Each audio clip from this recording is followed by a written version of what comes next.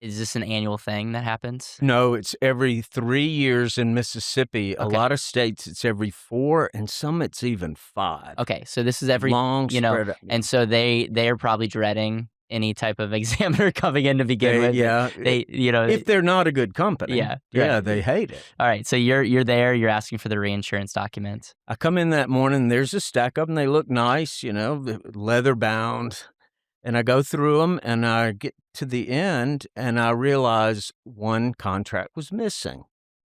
So I call the CFO just on the local phone, and I said, "Hey, I asked for all the contracts. You brought me 10, but there's 11. I'm missing one, and I need to review it." And he got nervous, and he said, "Which one is that?" And I told him. He said, I don't know anything about that contract. You're gonna have to ask our actuary."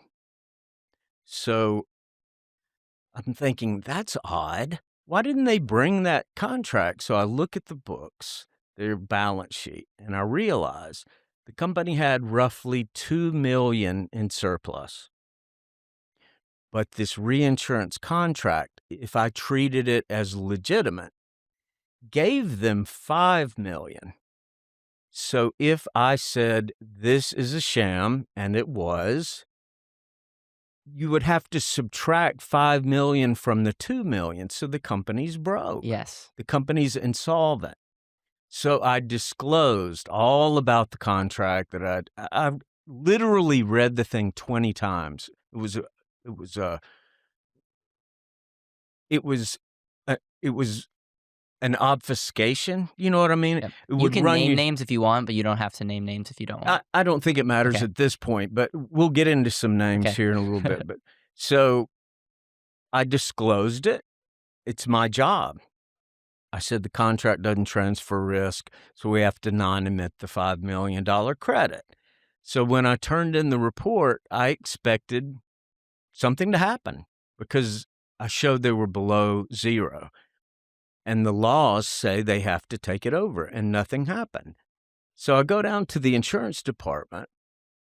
I go into the archives room, and I start going through. There's, hundreds of these exam reports. I find the right one. I pull it down, and I look, and there is my original signature in blue ink. So I knew this was my report. So I go to the middle of the report where there were at least 7 pages describing all this scheme, fake reinsurance scheme. And they had removed all those pages. They had pulled them out and retyped pages. Today it's easy to match font on a computer, but they were typing it. So it didn't even look right, right? And it was a whitewash. They didn't mention any of the fraud that I had disclosed. So I freaked out. My signature was on the report. It had been redacted, and they didn't tell me they had redacted it, and they sent it out all over the country. So I was upset. I mean, I was really upset. I took the report off the shelf, and I went straight to visit my dad. My dad's a brilliant guy, and he's a Methodist minister for 52 years. And I explained what had happened, and he said, "Tom, that's serious business." I said, "Yeah, I know."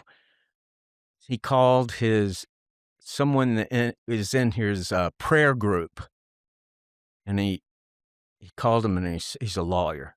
Called him and said, "Tom's in a spot. Can I send him to you?" So I take the fake, the redacted report. I go see this lawyer, and he says the same thing my dad said. This is serious business.